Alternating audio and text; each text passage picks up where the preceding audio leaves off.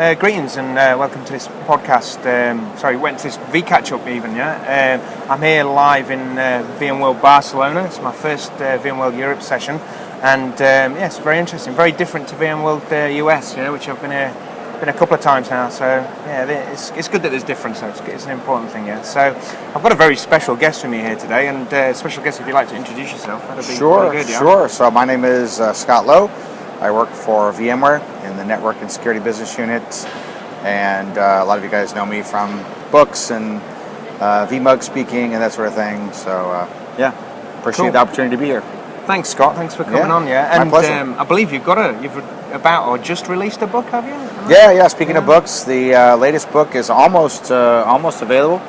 So I've been working closely with a gentleman from your neck of the woods, Nick Marshall. Nick Marshall, he's been on the vCatchup absolutely. Before, So together, Nick Marshall and I and a few other contributors are releasing Mastering VMware vSphere 5.5. It should be available, I'd say, in the next 2 to 3 weeks in the States. Cool. Obviously, outside the States, it'll be a little bit longer, but shouldn't be too long, and there'll be both print and electronic editions available pretty much right out of the get-go. Excellent. Wow. So what kind of effort does it take to write a book like that then? Yeah, it's a lot of effort. Although I have to say, Nick bore the brunt of the work this time around. Cool.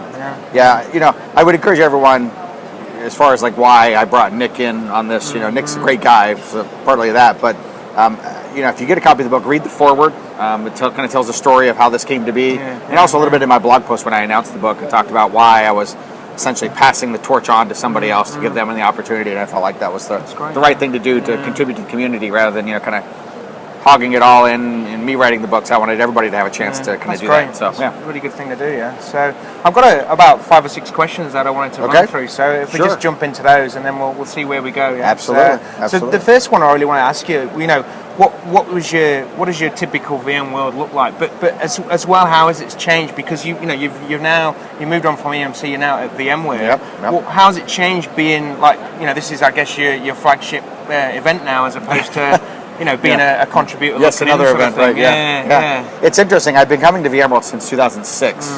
Was the first VMworld that I joined in Los Angeles, and when I first started coming to VMworld, I was a partner. I was working for a VMware reseller, and I was kind of the lead of their virtualization practice. So I was helping drive their virtualization business, their VMware business, across the entire company.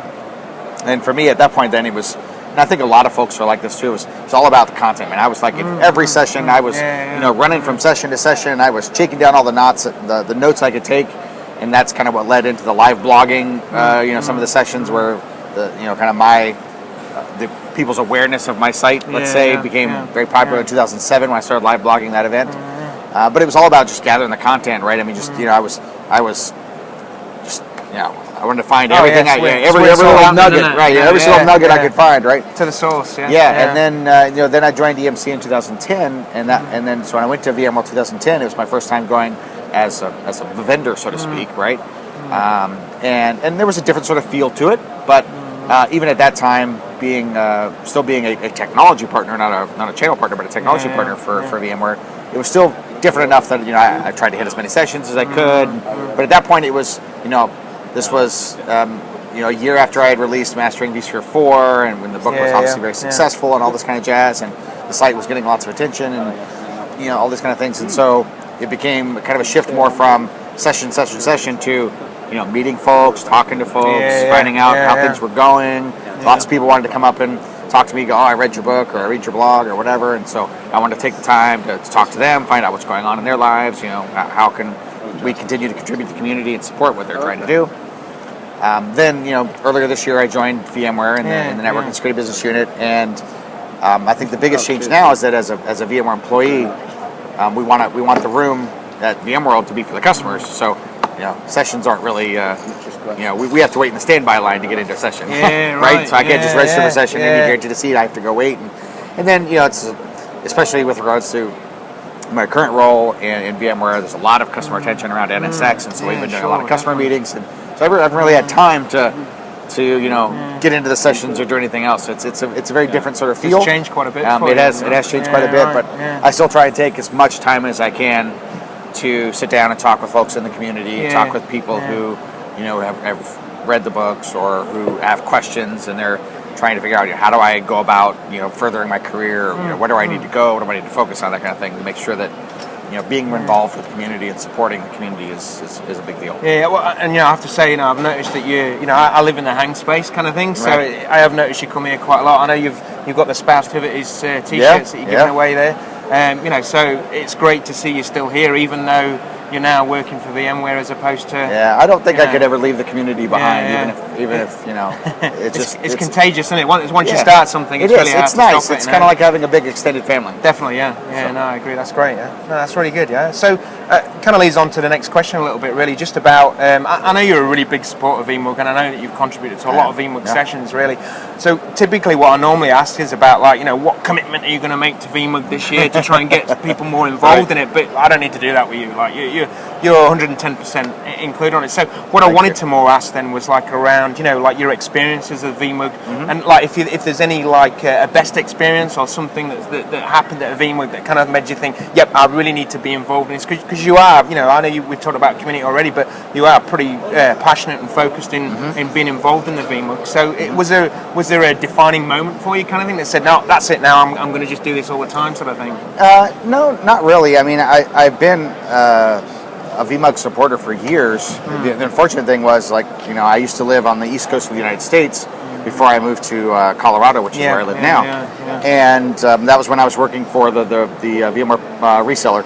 Right, and they had a local VMUG chapter, and I wanted to get involved in the local VMUG chapter. I wanted to be a leader and do all kind of jazz, but they were very particular about the rules then. It's VMUG's VMware user group, and you work for a reseller, you can't be a leader or anything like that. So I was kind of pushed out, so to speak, right? You can't lead, you can't help organize, that kind of thing. And it was unfortunate, but I understand why they wanted to maintain a bias-free environment, that sort of thing. So I don't bear any ill will, but it's just kind of setting the stage that even as far back as 2006 or 2007, I wanted to be involved in VMUG. But it wasn't until I got the book published in 2009 with Mastering vSphere 4, and then I spoke at VMworld for the first time in 2009, and the panel was good and all that kind of jazz. It wasn't until that kind of happened that people started saying, hey, we'd like to have Scott come speak at VMUG. And so there was a request here and there, and just because of the fact that I want to support the community, I tried to do everything I could. I've been very fortunate while I was at EMC that my management at EMC, basically just said, hey, sure, you go support VMworld, that'll be fine. I've gotten a similar mandate from my management at VMware thus far. Fingers crossed, right? That things will support it. Yeah, that's right. Let Scott keep doing it. That I can continue to do what I can where it makes sense to continue to support VMUG. Early on in my career, I was an educator. I was I was a trainer, right, doing technical training and that kind of stuff. And I found that I really enjoyed that kind of aspect of it, which is why everything that's followed on since then has always taken a sort of educational approach, right? Like my presentations are more about educating and informing rather than trying to sell something or something like that. Even if I'm talking to a customer, it's not like, hey, you need to come buy my thing. It's more like, this is how my thing works, and this is what we're doing, and this is why it's going to benefit you, and I hope that you want to do business with us. Right, that kind of thing. So I think the VMUG work that I do is kind of it's an extension of that passion for educating and informing others and helping bring them along on a journey of professional development as well, so they can become more than what they are now. That's excellent, yeah. That's really good, yeah. I mean, is there a, I don't know, what I'm trying to get to is there something that you have a fond memory of doing something, presenting at a particular VMworld, or, I know I'm kind of hitting you on the spot here now, but even recently, was there a standout moment that you can think of that you can...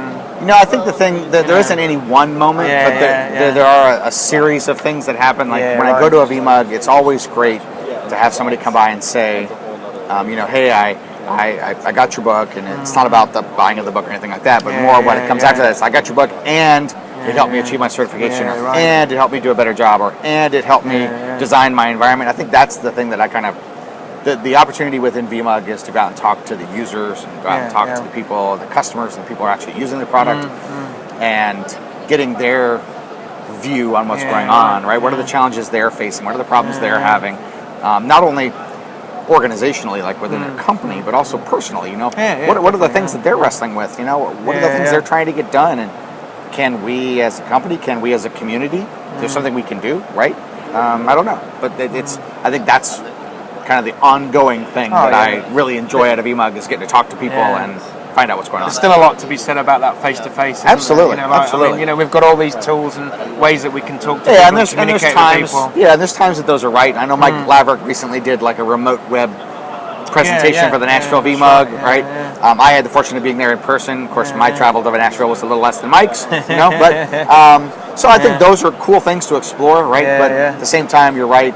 Being able to sit down and talk face to face, just like you and I are doing here, exactly. There's a value to that, and I think that we shouldn't discount that, especially when it comes to talking to other users or to, and like in my case, to customers. Yeah, I mean, I'm at a point with this particular podcast, with this vCatchup, of doing it always face to face, always meeting persons directly, as opposed to doing it over a Skype session or something like that. Just, I mean, it means I can't do it as often as I'd like to. Sure. But what it means is I get this, like I'm here, we're doing something, we're feeling the vibe of what's going on around us, and it comes through in a conversation and things that we say. I think it's really important to capture that moment, sort of thing. I agree.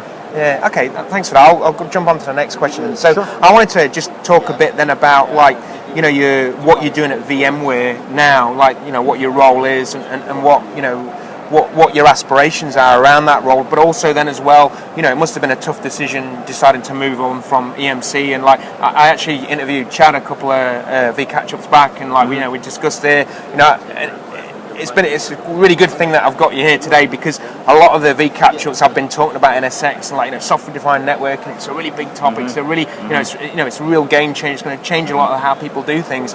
It's almost back at the infancy of vSphere. Like when vSphere or ESX first came out, sort of thing.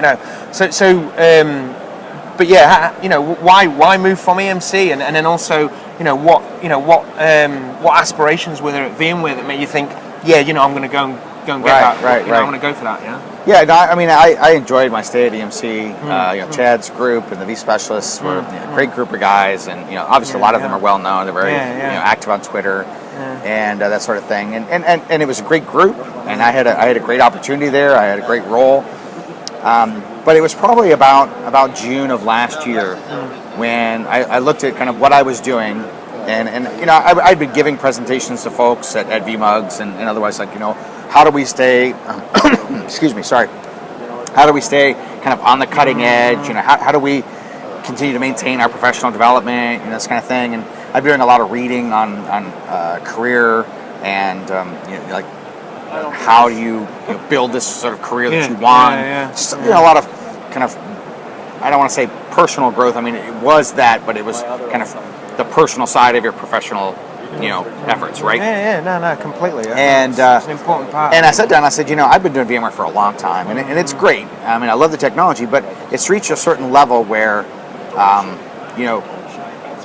it doesn't. They don't need kind of people out there leading the vSphere charge anymore, right? We've got enough momentum behind it that there's lots and lots and lots of really great people out there who are really talented, really skilled. And love to give back to the community. I mean, all you have to do is look at the the Planet V12N feed, and we got 150 blogs in there or something. I mean, it's crazy, right? In 2006, when John launched that, there were 8 of us or something maybe 10, and it was a different story then, right? But I was looking at that, and I wanted a kind of a different challenge for myself personally, and identified 3 areas. I kind of looked at where the industry was going, looked at the trends that were happening. And I said, here are 3 areas that are seeing a lot of attention that might potentially interest me, right? So one of them was what's going on the open source side of the world, right? With increased focus on Linux, and Linux showing up kind of just everywhere. Something that I'd always quite a lot of blogging on that, haven't you? I have, absolutely. Open source and open flow and all that. And so one of was on the open source side of the world. It was Linux, OpenStack, Open vSwitch, all this kind of stuff, which I thought was just fascinating stuff, right? And I was seeing these technologies pop up in more and more places, and I thought, well, something's they're going to reach this critical mass where they're going to be, so prevalent that, there's something there, right? So that was one area. Then I looked at the whole idea around big data, Hadoop, and all that kind of jazz, right? Had some conversations with industry folks there, and quickly kind of realized, that's cool, but it's not for me. Right? I mean, it's fascinating stuff, no question about it, right? But it didn't do anything. You need to be a data scientist, don't you? That's what they say, right? But it just didn't do anything for me. I was totally not interested. No matter how hard I tried, I just couldn't get enthusiastic about it, right? And so I had to realize, I was like, I don't care how much of a potential there is there. It's not the right thing for me. And then the last one was software-defined networking. And I'd always had an interest in networking. I'd always kind of tried to keep up my networking skills. In the past, I mean, if you all the way back to like 2006, right? I was writing about VLANs and VLAN tagging and native VLANs and all that with vSphere and vSwitches. So there's always been that sort of thing going on. And so I looked at this and I thought, wow, there's some really cool stuff happening here on the software-defined networking side. And so what I did is within EMC, I made a transition from the vSpecialist team into another group that was kind of focused on open source, and they were doing some work around OpenStack and that kind of thing. And it was the right move to make at the time, but unfortunately, shortly after that, there were some organizational changes. The manager that had hired me in, he left, and so the group was a little unsure, where they're going to continue, where they're going to not, where we're going to be disbanded and relocated elsewhere, and it was in kind of that. That time of a lot of question around what was going on, right? That the opportunity of VMware became available, and so when I started speaking with Martin Casado, I knew who he was. I knew the pivotal role that he played in the creation of OpenFlow, and then OpenFlow's pivotal role in kind of launching the SDN initiative. And I'd done some research around what Nicira had been doing, and the interesting thing about it was I identified these three areas: open source, OpenStack stuff, big data, and software-defined networking. I knew big data was kind of out, which left these two, right? And what Martin and the group at VMware were doing was both of those. Right. So it's like I could get two of these areas that I was really interested in. Two of these areas that I was really interested in this one opportunity, and it was almost just kind of like a no-brainer, right? It was a difficult decision to leave because there's lots of folks at EMC that I enjoyed working with, but in the end. As I tell folks when they come to me at a VMUG or something like that, or even events like this, what should I do?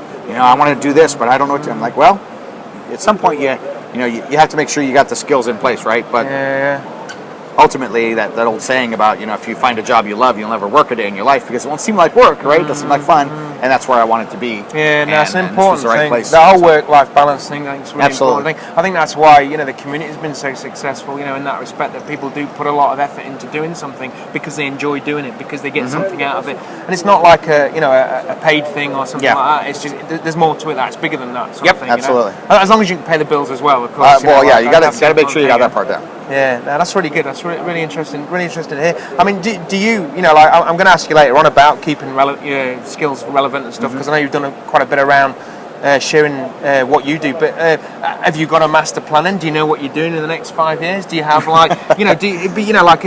is there? You talked about having these three different options, but did you think beyond that at all at those times? Did you think about, this puts me in this position to do this, or because we have to have those bigger picture, we do. Thought processes going on in the background. I know that a lot, traditionally in a lot of career paths, people move at some point from what we would call an individual contributor role, right, into this management role, right? So at that point you start managing other people, and a lot of people perceive that is the ultimate long-term place to be. Like you're going to go through the IT path, you're going to be a sysadmin, a senior sysadmin, maybe IT manager, director, CIO, something like that, right? And that's the kind of path they assume.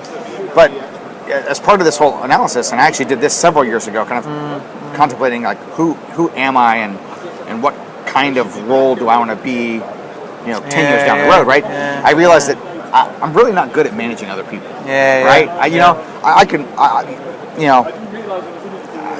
Some people are great at it; they really are, and those are the kind of people I just love to work for them, right? And some people are bad at it, and that's what makes the job really difficult. No, I agree that. And I just know that if I became a manager, I'd be one of those guys that's bad at it, and I don't want that. I don't want to make somebody's life awful, right? So I had resolved that I'm going to stay, as long as it makes sense, in the individual contributor role. And for that means kind of staying on these edges of where the technology is being adopted, right?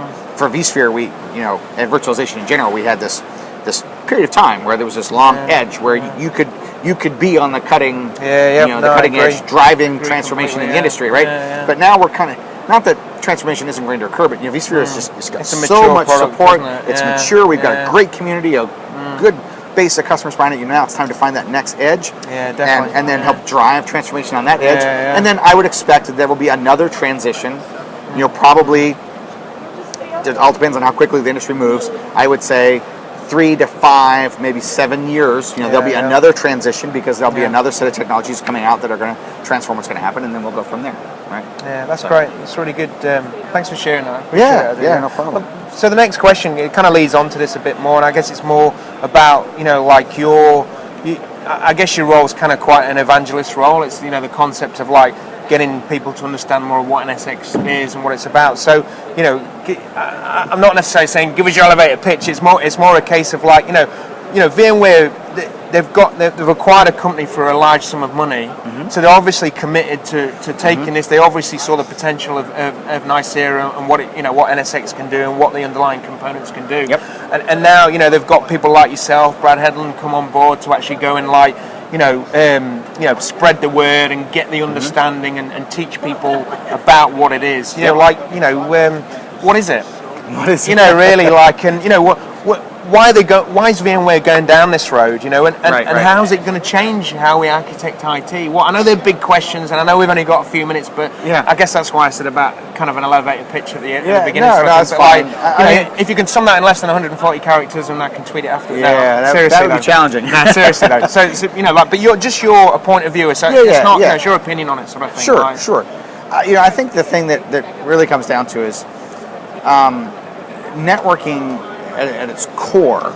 Like the technologies evolve, right? So we go from separate switches that are separate broadcast domains into VLANs on a single switch into now we've got trunks and maybe we're going to do virtual routing and forwarding. We're going to do VRFs and have separate IP routing spaces. And they're technologies that are evolving constantly. But when you look at the operational model of how a network is kind of consumed, it's always the same. It's still the same, And I guess that's kind of good in some ways because if you're in the space, you're comfortable, right? But if you're somebody who doesn't want to be comfortable, and if you're an industry who needs to evolve as the rest of the industry is evolving, that's a bad thing. And it wasn't until this whole idea of what Martin and his colleagues started at Stanford with OpenFlow, and then spinning out of that the Nicira creation of Nicira, right, and then subsequent acquisition, all that kind of jazz, right? That we actually saw a mechanism or a technology that did actually allow you to change the operational model. In other words, it wasn't just making the network, like more, faster, stronger, whatever, but actually changing the fundamental nature of the network. And it's kind of the same thing. I know the networking guys, they absolutely hate it when we refer to NSX as being like a network hypervisor, right? It's like you got your pet peeves, that's one of their pet peeves. But when you look at it from an operational, now from a technical perspective, they're right. It's not a network hypervisor from a technology perspective, right? But from an operational perspective, and this is what really matters, right? From an operational perspective, that it's the same effect as with ESX. With ESX, we took workloads, we decoupled them from the underlying hardware. That decoupling was one benefit, but that decoupling in turn had a number of other benefits that were kind of like ripple effects, right? They weren't the initial benefit, but then you saw like now we can do this, and then we can do that, and we can do that, right? Same thing on the networking side. When we use the NSX technology to kind of decouple workloads from the physical, logical and virtual networks from the physical network, kind of the initial impact is there's certain things that people are going to see initially, like I can have more than 4,000 individual networks because you have that VLAN limit, right? Okay, that's an immediate benefit. I can do overlapping IP address space. That's an immediate benefit, right? But there are all these other things that kind of like are ripple effects that come as a result of the fact that we've decoupled this, right? So it becomes this base kind of piece that enables a whole series of changes in networking, not only technology-wise, but also operational-wise. And that's what the businesses care about, is operationally. Now I can take and deploy my compute workload and the networking and networking services for that compute workload at the same time programmatically, which we could never do before. It's pretty big, isn't it? Really? Yeah, it is. It's huge. It's huge.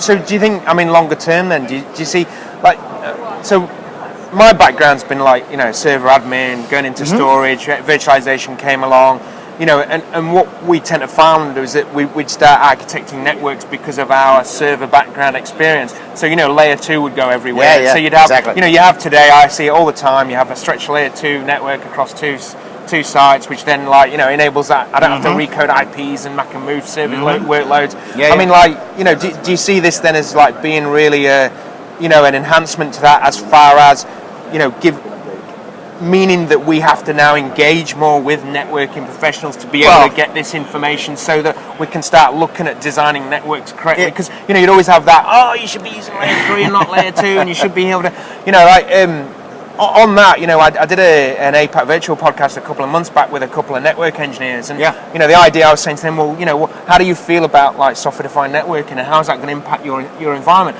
And I was kind of surprised by the response, because their response was, brilliant change, that's what we need. The problem with our industry right now is it hasn't changed for 20 years, and this is what we need. We're excited because it means that new things are going to come about, and it's going to have to get all the existing vendors who do all their things the way they do today, they're going to have to change how they do that. And I guess what I'm trying to get to is that do you think it's really about how we architect IT, and is it going to change fundamentally, do you think? I think what we're doing with network virtualization isn't just going to change like networking, right? But it's going to, and I think it will. But it's also going to change like the organizational model, right? I mean, we talk about this whole thing about cloud, right? And I people ask me sometimes the same question you can ask me, like, what is SDN? And I tell people a lot of times, well, SDN today is kind of like where cloud was 4 years ago, right? It's this term that everybody slaps on the latest, coolest, neatest thing that they're doing, right? And there's no clear definition, right? Which is sad, because when the term was coined, it was very, very clear, very, very crisp what Martine and Nick and the other guys who did this at Stanford meant by that term. It's been co-opted since then, but that's a different story. But it not only is it going to enable like technological change, right? But it's going to enable organizational change. It's going to enable us to begin to have this sort of greater interaction between the groups than we had before. I think in many ways it's going to enable organizations to begin to break down the silos between the networking team and the server / virtualization / operating systems team and the storage team. I actually think that it helps break down some of those barriers. The other thing that it does is, from an interaction perspective, is it allows the network architects to design the network and provide network capabilities, network functionality, right? Capacity, essentially, to another team. So what it does is it creates very clear provider-consumer relationships, right? It's a really good point. That the networking team can say, we're gonna create a network architecture that gives you, performance, capacity, resilience, low latency, et cetera, et cetera, et cetera. We're going to design this the way we feel is best. Layer 3, top of rack, ECMP, blah blah blah, right? And then you guys can then consume that capacity with NSX, but you can do that in a way that makes sense to you. You can say, for example, I need those 2 VMs to be layer 2 adjacent, even though from a physical network perspective, they would normally be separated by a router, right? And so it actually flexibility. It actually gives it gives each team the ability to design it as best is fit in their domain.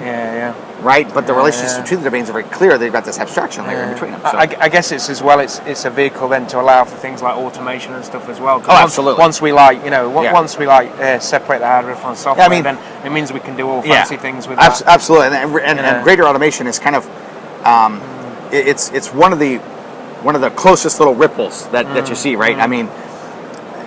We talk about coming NSX. Back to the operational piece. Exactly, like once you can automate it, it means that you don't necessarily have to sit there and go, the network guys are asking for another 20 VLANs, right? We better go and configure that. That's exactly right. Because then it can all be tied together in a tool. VCAC, consumed by OpenStack, consumed by CloudStack, whatever the case may be, right?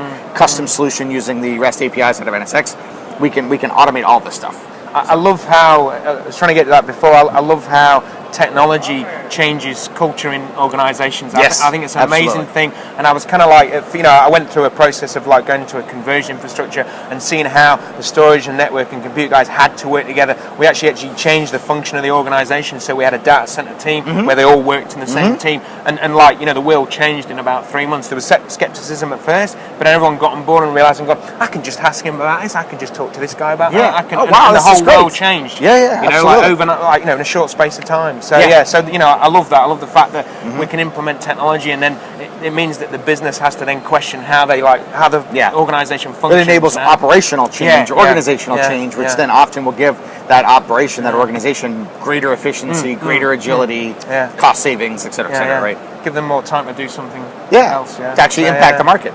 Yeah, that's great. It's really good. Yeah. So next question is really about. It's a classic home lab question. So, Scott, do you have a home lab, and do you get your hands on the tools, mate? Because it's really important that we talk all these things, but then we go back and actually do something with them as well. So yeah, I do have a home lab, right? But I leverage also a cloud service that we run within the network and security business unit. So I do kind of both sides of the house, right?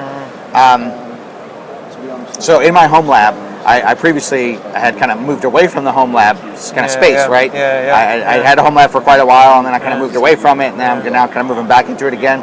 So I initially had just a couple of older, boxes, limited on RAM, single CPU, that I was running stuff on, and I was using those for just basic testing, that kind of stuff. I recently added a couple of servers, which are like multiple servers inside a single chassis, almost like a blade type architecture, right? And so now I like I said, I just added those, and so those were eight individual servers. Each server is dual quad core, so that's 8 CPUs, so 64 cores, and something like 192 gigs of RAM across all the guys, right? That's good. Back in it on a managed gig switch. I'm trying to get my hands on 10 gig, but I don't know how that's going to happen anytime soon. I think Netgear's released a really cheap 10 gig switch. So. Yeah, I know. I'm trying to get the guys from one of the big boys to give me a 10 gig switch, because especially give if Scott I can. A 10 gig yeah, I know. switch, Tell me about it. Because then I can. So I'm especially interested in doing some of the NSX integration. I'd love to get a 10 gig switch from like a Dell or Arista or Juniper, something like that actually has our top of rack integration functionality. And so what I'm going to be doing with that home lab is I'll actually be standing up OpenStack and NSX in the environment to continue to drive some of the education and awareness stuff that I've been doing off the blog. So the learning MVP series that I've been doing will soon transition into a learning NSX, right? Where we'll just continue to build on what we've done, and I'm looking at putting out a post on upgrading and all this kind of jazz, right? And so that's the kind of the purpose behind the home lab is to enable me to do that. Now, in conjunction with that, we also run a fairly sizable cloud within NSBU that is mixed vSphere, KVM. Also runs all NSX, right? And managed at the top by OpenStack. And so I also do some stuff in there when I need something perhaps that I can't get going in my own home lab. I'll go out there and just turn up instances and spin them and do what I need to do, and then go from there. So it's a combination of pieces, right? A hybrid. So, yeah, it is. It's a hybrid cloud. That's right.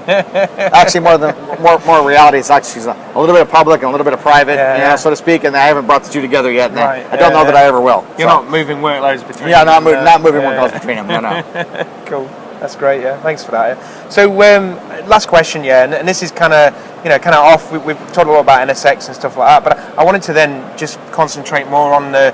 We touched on it before, just about some of the soft skills things that you've been teaching at VMworld and stuff. Around things like managing your time, keeping relevant. I specifically remember the Inbox Zero one. That was kind of a really big one. But what. You kind of touched it a little bit, but the keeping the relevant in IT industry. What's your motivation for sharing that kind of advice? Why did you pick a topic like that to present over a topic like a technology or because I think the soft skills really get overlooked, so it's great. I applaud that you come up with those kind of tools, because that kind of advice is actually more important, I think, than the technical advice, because we all do the technical, but it's how we function actually determines how successful and how well we do the technology. So I'll be honest, part of it was just looking for something different to talk about. Just again being transparent about it. Part of it was just I'm tired of talking about the same technology. Is there something else, right? But I looked at like my own kind of journey in that space, right? Where this was probably about 5 years ago now that I said, look, I just don't feel like I'm able to keep up with what's being asked of me professionally and personally. So, I have two choices here. I can either be smarter about how I'm doing things, right? Or I can just work harder, spend more time of the day, but that doesn't help me achieve the kind of work-life balance where if I want to spend some time with my kids, or I want to go to the football game, or I just want to sit down and watch a movie with my wife, I can do that because, I'm I'm always worried about, did I remember to do this or did I remember to do that, or is there something falling between the cracks? Yeah, we're all like that, man. And I think everybody's in that space. I mean, everybody's being asked this question of being asked to do more with less, right?